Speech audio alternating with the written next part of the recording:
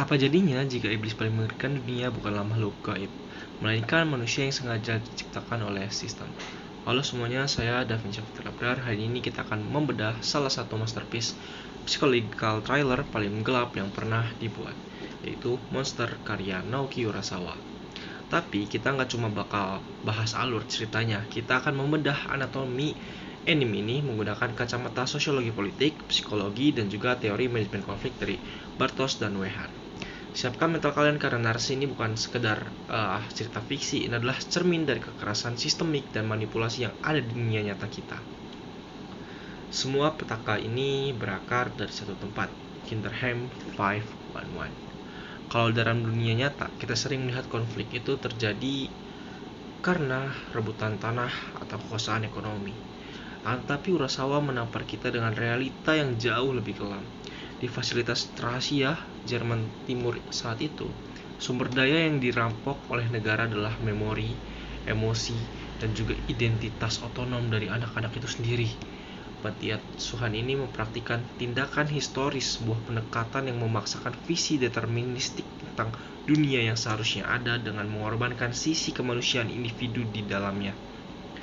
Melalui penyiksaan mental, negara berusaha mencetak prajurit yang sempurna, namun yang lahir justru sosok Johann Liebert.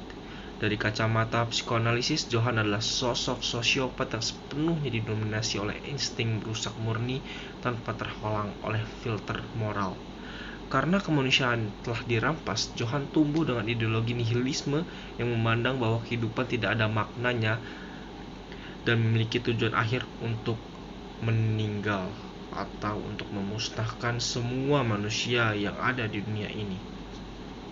Lalu bagaimana cara Johann menghancurkan dunia?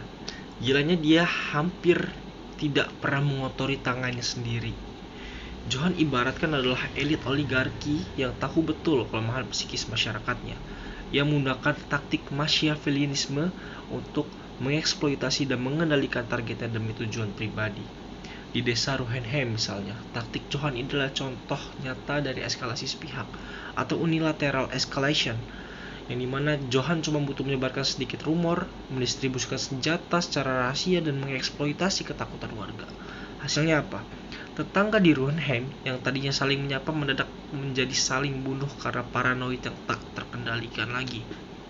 Ini adalah satir politik yang sangat tajam, sama seperti elit korup di dunia nyata yang sering mengeksploitasi keputusan warganya, membuat kita sibuk berkonflik secara horizontal, sementara dalam aslinya hanya duduk manis tanpa tersentuh.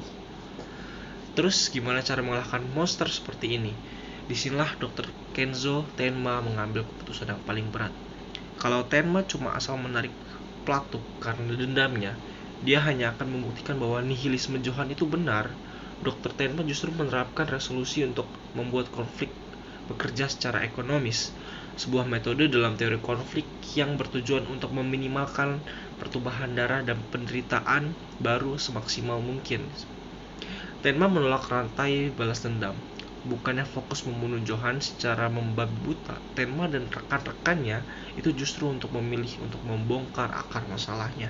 Mereka mengekspos rahasia gelap eksperimen di masa lalu, mendelegitimasi para perancang sistem tersebut, dan mengembalikan ingatan-ingatan yang telah dicuri.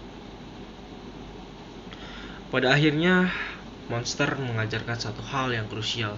Kekerasan yang paling mengerikan seringkali bukan lahir dari jalanan, melainkan dari yang telah dilembagakan oleh sistem yang telah berkuasa.